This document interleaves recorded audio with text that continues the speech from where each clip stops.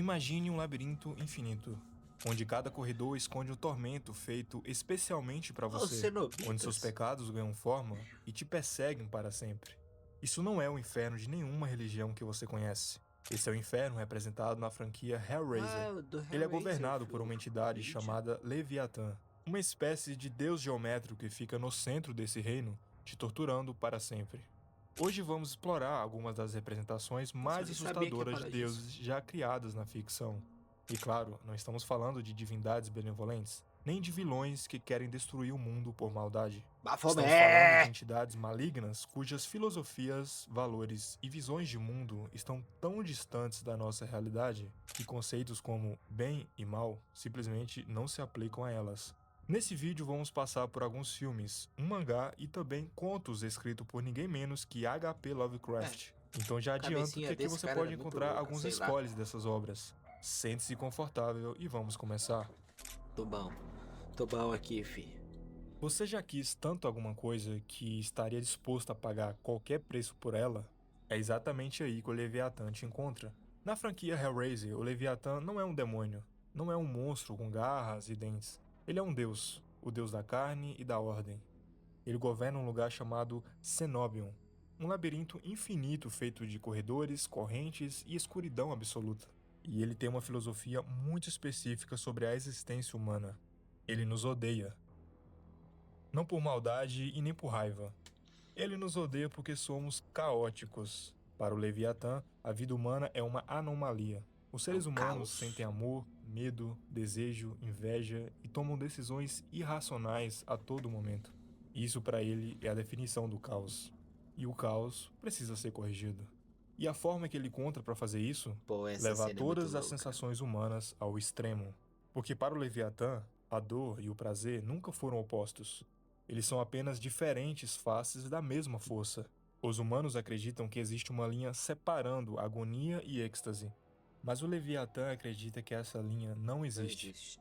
Ele vê a dor mais intensa e o prazer mais absoluto Tudo como igual. um único estado de transcendência, um ponto onde a mente deixa de compreender o que está sentindo, onde o sofrimento é tão profundo que se torna êxtase, e o êxtase é tão intenso que se transforma em sofrimento. É por isso que os cenobitas utilizam a tortura. Os cenobitas são uma espécie de servos. Costumam ser descritos como demônios ou até mesmo anjos, mas, na minha opinião, especialmente em suas primeiras aparições, eles também podem ser vistos como entidades divinas. É, Eles torturam não por crueldade, mas porque acreditam estar revelando uma verdade escondida além dos limites da experiência humana. E é justamente nesse limite, entre o prazer e a agonia, que o Leviatã reina. E aqui é onde a coisa fica realmente perturbadora. Porque o Leviatã não quer apenas matar você, ele quer te possuir. Os que caem em suas mãos costumam ter apenas dois destinos. O primeiro é se tornar um cenobita. O corpo é aberto, refeito e reconstruído. Cada pedaço da humanidade é removido aos poucos. A dor deixa de ser sofrimento e o prazer deixa de ser prazer. Tudo se mistura, até que não resta mais uma pessoa, apenas uma ferramenta, um servo de Leviatã. Mas existe um segundo destino, e talvez ele seja ainda pior. caralho. Algumas almas permanecem presas no labirinto, não como Ah, prisioneiros comuns, mas matéria-prima. Objetos de experimentação, porque Leviatã é obcecado por testar os limites da experiência, os desejos que você esconde, os impulsos que você reprime, as obsessões que definem quem você é. Tudo é arrancado para a caralho. superfície e então O levado bagulho é além do muito bem suportável, feito. muito além, até que sua identidade se desfaça completamente. Porque para o Leviatã, o objetivo nunca foi castigar. O objetivo sempre foi transformar, destruir o humano falho que há em você, para criar algo novo em seu lugar. Caralho. No universo de Berserk, Filosofou. o mangá de Kentaro Miura, a God Hand é composta por 5 entidades. 5 seres que um dia já foram humanos e que abriram mão de tudo que os Hum. definam como tal. Eles existem num plano além do nosso, além do tempo, além da física e além da moral. E de lá, eles nos observam. O mais conhecido deles provavelmente é o Fento. Se você nunca leu Berserk, eu aposto que você pelo menos já deve ter visto esse personagem em algum lugar por aí. Não, Mas o sou mais meio burro. importante para entender o que essas entidades representam é entender o conceito que move tudo o que elas fazem, a Ali a marca. causalidade. Para simplificar, imagine um efeito dominó. Uma peça derruba a outra, que derruba a outra e que derruba a outra. A God Hand acredita que a vida funciona exatamente assim, que tudo o que acontece hoje é consequência de algo que aconteceu ontem, e o que aconteceu ontem foi consequência de algo que aconteceu antes de ontem, e assim por diante. Eles não acreditam em coincidência. A God Hand acredita, ou melhor, ela sabe que o livre-arbítrio é uma ilusão, que cada coisa que você faz já estava escrita, que cada dor que você sente já estava prevista para acontecer, que você nunca teve controle de nada. Mas aquelas entidades têm um ponto em contato com o mundo humano. Esse contato é feito através do Berrelit. O Berrelit é um amuleto estranho, parece até um Caralho. ovo com rosto, e ele não é encontrado por acidente. Ele é encarregado de encontrar pessoas, especificamente pessoas no momento mais sombrio de suas vidas, no fundo do poço, quando tudo que construíram está desmoronando, quando não existe mais nenhuma saída. É exatamente nessa hora que o Berrelit ativa e a God Hand aparece. Como uma forma de solução, eles oferecem uma oferta para a pessoa. Oferecem poder, propósito e salvação. Tudo que essa pessoa sempre quis e nunca conseguiu alcançar. Mas tudo tem um preço. Você precisa sacrificar as pessoas que mais amam no mundo.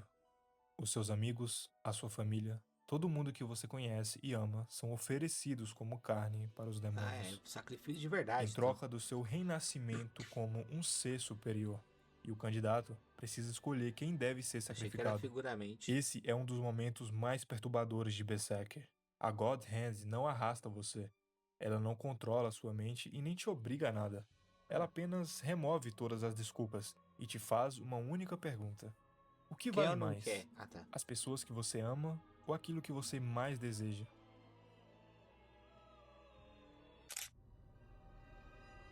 O Segredo da Cabana é um filme de 2012 dirigido Nossa. por Drew Goddard e produzido por Josh Whedon. Tá, Na porra, tanto de superfície copo. parece mais um terror genérico. Um grupo de jovens vai passar um final de semana numa casa isolada na floresta e coisas ruins acontecem. Você já deve ter visto isso antes. Acho que eu já Essa é a vi esse premissa da filme maioria já. dos filmes de Não, terror. mas acho que eu já vi esse. Mas por detrás dessa estética de filmes de terror de série B, existe uma das premissas mais perturbadoras já colocadas numa tela. Sob Caralho. a superfície da Terra dormem entidades colossais, antigas e imensas, e elas estão sedentas por sangue. Mas não de qualquer forma, de uma forma muito específica. Esses deuses exigem um ritual anual de sacrifício, e esse ritual precisa seguir uma estrutura rígida, quase como um roteiro. As vítimas não podem ser aleatórias. Elas precisam se encaixar em arquétipos específicos. Nossa. O tolo, que é o impossível e o inconsequente. O atleta, que é forte, mas limitado. A prostituta, que Nossa, pai. representa o desejo e a sexualidade. E o virgem, que é a inocência e a pureza. Você reconheceu um certo padrão? É porque esses personagens já aparecem em centenas de filmes de terror. Ah, E o faz filme A sentido. Cabana sugere que não é coincidência. Os clichês de terror não nascem do acaso, eles nascem de uma necessidade muito mais antiga. E é Do aqui cara que o fumando filme maconha mostra e o quão foda-se. imenso esses deuses realmente são. Existe uma organização secreta com cientistas, agentes e burocratas, cuja a única função é garantir que o ritual aconteça todo o ano sem Caralho. falhas. Porque se o ritual falhar, Não, nunca vi os então. gigantes acordam. E quando eles despertam, é o fim da humanidade. Ah, nunca vi aquele não. A Esse eu já Entidade é vi. um filme de terror também de 2012, dirigido por Scott Derrickson. A história acompanha um escritor especializado em true crimes que se muda com a sua família para uma casa onde ocorreu um assassinato brutal. No sótão da casa, ele encontra uma caixa cheia de antigos filmes caseiros. O perturbador é que esses filmes se tratavam de gravações onde mostravam outras famílias sendo mortas de maneiras brutais. Conforme investiga a origem dessas gravações, ele descobre que todos os casos estavam ligados a uma entidade antiga e sobrenatural chamada Bughu. Bughu é uma divindade pagã que se alimenta de almas infantis. E a forma em que ele faz isso é através de imagens.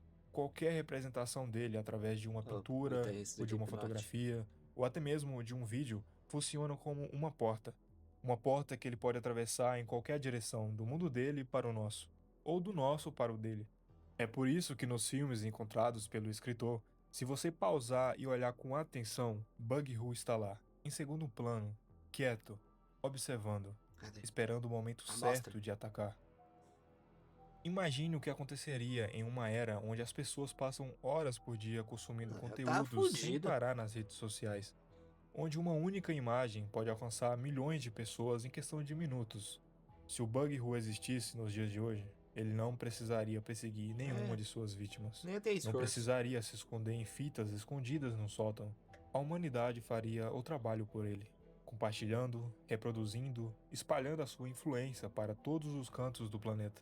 Ele não precisaria caçar ninguém. As pessoas iriam até ele. Pense comigo, você está assistindo a um vídeo nesse exato momento em que a Ih, imagem do caralho. Bug Who aparece. Fudeu já. Seguindo as regras da própria história, se ele existisse, nesse exato momento você já estaria dentro do ritual. Nos livros de H.P. Lovecraft, Azathoth é chamado de Azathoth. Caos Nuclear, o deus cego e idiota. Ele fica no centro absoluto do universo, um lugar além do tempo e do espaço como conhecemos, cercado por divindades menores que tocam músicas discordantes eternamente enquanto ele dorme. Ele não tem pensamentos organizados, não tem objetivos, não tem consciência de si mesmo. O adjetivo de idiota aqui não é um insulto, é uma descrição literal.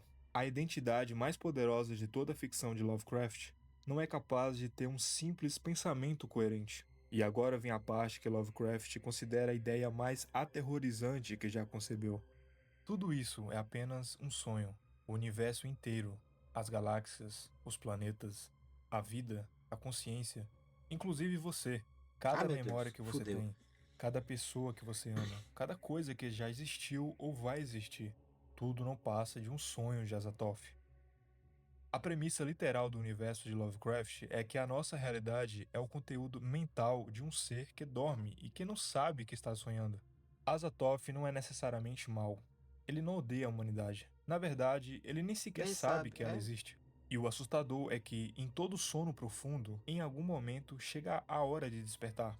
Pense nos seus sonhos. Enquanto você está sonhando, tudo parece real: pessoas, lugares, histórias. Mas quando você acorda, aquele mundo desaparece instantaneamente. E você nunca para pensar no que aconteceu com as pessoas que existiam dentro do seu sonho. Elas simplesmente deixaram de existir. Para Sumiu. Zatoff, nós somos apenas um sonho.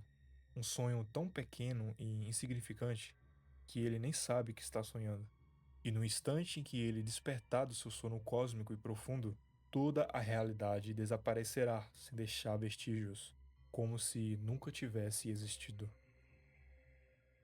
Ao traçarmos essa linha desde o labirinto geométrico de Leviatã até o centro do caos absoluto de Azathoth, fica claro que o verdadeiro terror na ficção se divide em duas filosofias completamente opostas. De um lado, temos o pavor da intenção. Entidades como Cenobitas e Godhead olham para a humanidade e escolhem ativamente nos manipular. Eles compreendem a nossa biologia, a nossa mente e os nossos medos, e usam isso para nos torturar, corromper a nossa A gente moralidade contra a ou nos levar gente. à loucura. O terror nasce da certeza de que o mal está focado diretamente em você. Já do outro lado, temos o pavor da insignificância. Azathoth e as forças primordiais representam uma realidade onde o universo é simplesmente frio, mecânico e vazio. Um cenário onde a humanidade não é odiada, nem caçada. Nós somos apenas irrelevantes. Uma poeira cósmica que pode ser apagada em um piscar de olhos, simplesmente porque uma força colossal acordou de um sono eterno e desfez o sonho onde nós vivíamos. O que é Caralho. mais assustador para a mente humana? Saber que existem deuses cruéis que ativamente nos odeiam, ou descobrir que o Deus Supremo que sustenta toda Não a tá nossa nem aí. realidade sequer sabe que nós existimos? Deixe nos Mano. comentários qual dessas duas realidades te causa mais Porra. pavor. Se você gostou desse vídeo, deixe um Porra. like e se inscreva no Da canal hora. para me motivar a trazer